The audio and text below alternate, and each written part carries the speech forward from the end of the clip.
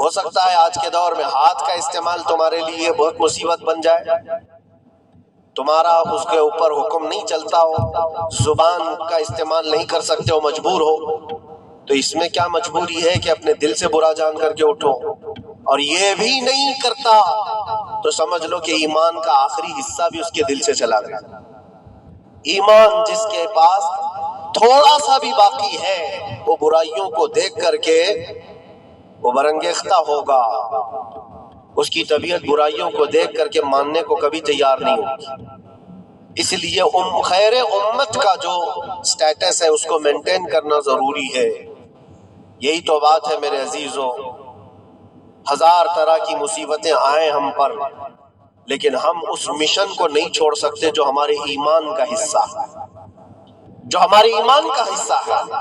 ہمیں جو برائی نظر آئے گی اس پر بولنا ہم پر واجب ہے، اور اس پر بھی خاموش اور مصلحت کی اور حکمت کی بات کر کے اس کے بہانے سے گوشہ نشین ہو جانا یہ امت کی ذمہ داری نہیں ہے۔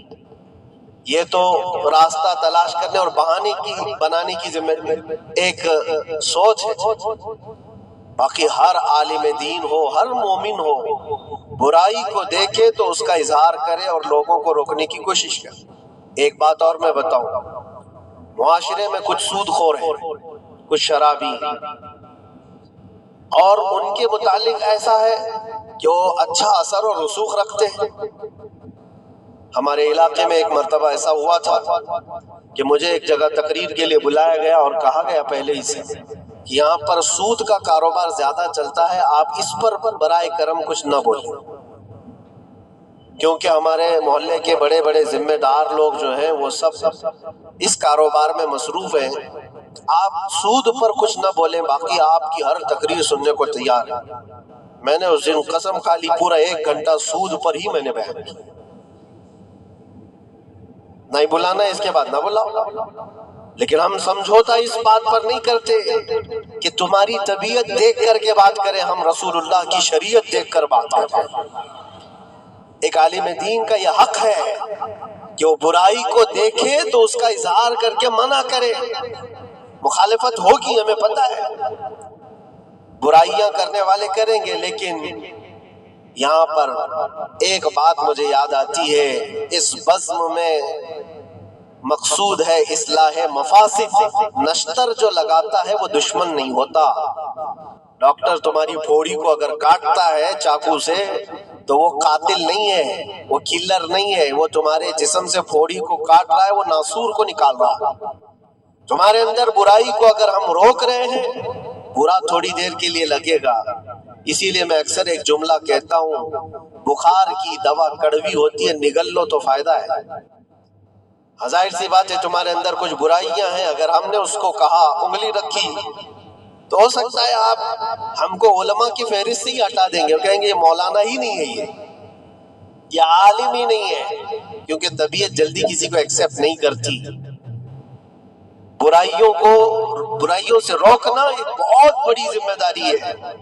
جانتے ہیں مکہ مکرمہ میں سارے لوگ حضور پاک صلی اللہ تعالیٰ علیہ وسلم کے ایسے فدائی تھے، اعلان نبوت سے پہلے کی بات کر رہا ہوں، حضور کے اخلاق پر کوئی انگلی نہیں اٹھا سکتا تھا۔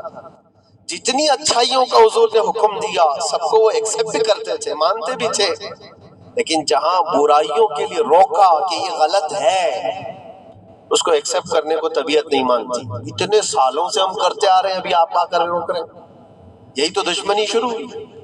اور ہم یہاں پر اسی بات کے لیے کہتے ہیں کہ یہ اللہ کے نبی صلی اللہ تعالیٰ علیہ وسلم کے فرامین کے مطابق اور قرآن کے مطابق ایک بڑا جہاد ہے۔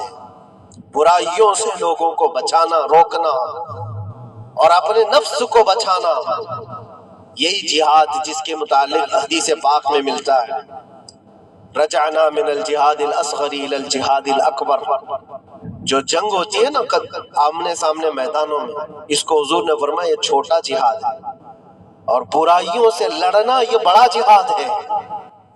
اپنے نفس سے لڑنا جو برائیوں کی طرف ہمیں لے کر کے جاتا ہے، یا برائیوں سے روکنا کسی کو، یہ بڑا جہاد ہے۔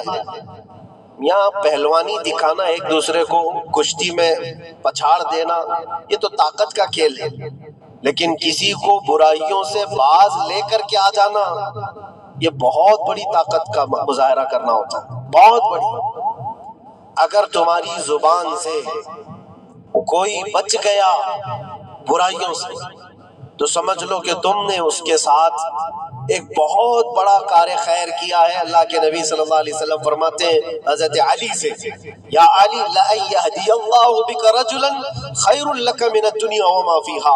اے علی، تمہارے ذریعے سے اگر ایک آدمی بھی سیدھے راستے پر آیا تو پوری دنیا کمانے سے بہتر ہے، تمہارے پوری دنیا سے بہتر ہے۔ ایک آدمی اگر سیدھے راستے پر آ گیا تو اسلام کا پورا نظام یہ ہے، خیر کی طرف لوگوں کو بلانا اور شر سے لوگوں کو روکنا۔ اور یہ ذمہ داری اگر قوم بھولتی چلی جائے گی تو یہ قیامت کی نشانیوں میں سے یہ بھی ہے۔ حضور پاک صلی اللہ تعالی علیہ وسلم نے ارشاد فرمایا، لوگ اچھائیوں کا حکم دینا چھوڑ چکے ہوں گے، برائیوں سے روکنا بند کر چکے ہوں گے، حتیٰ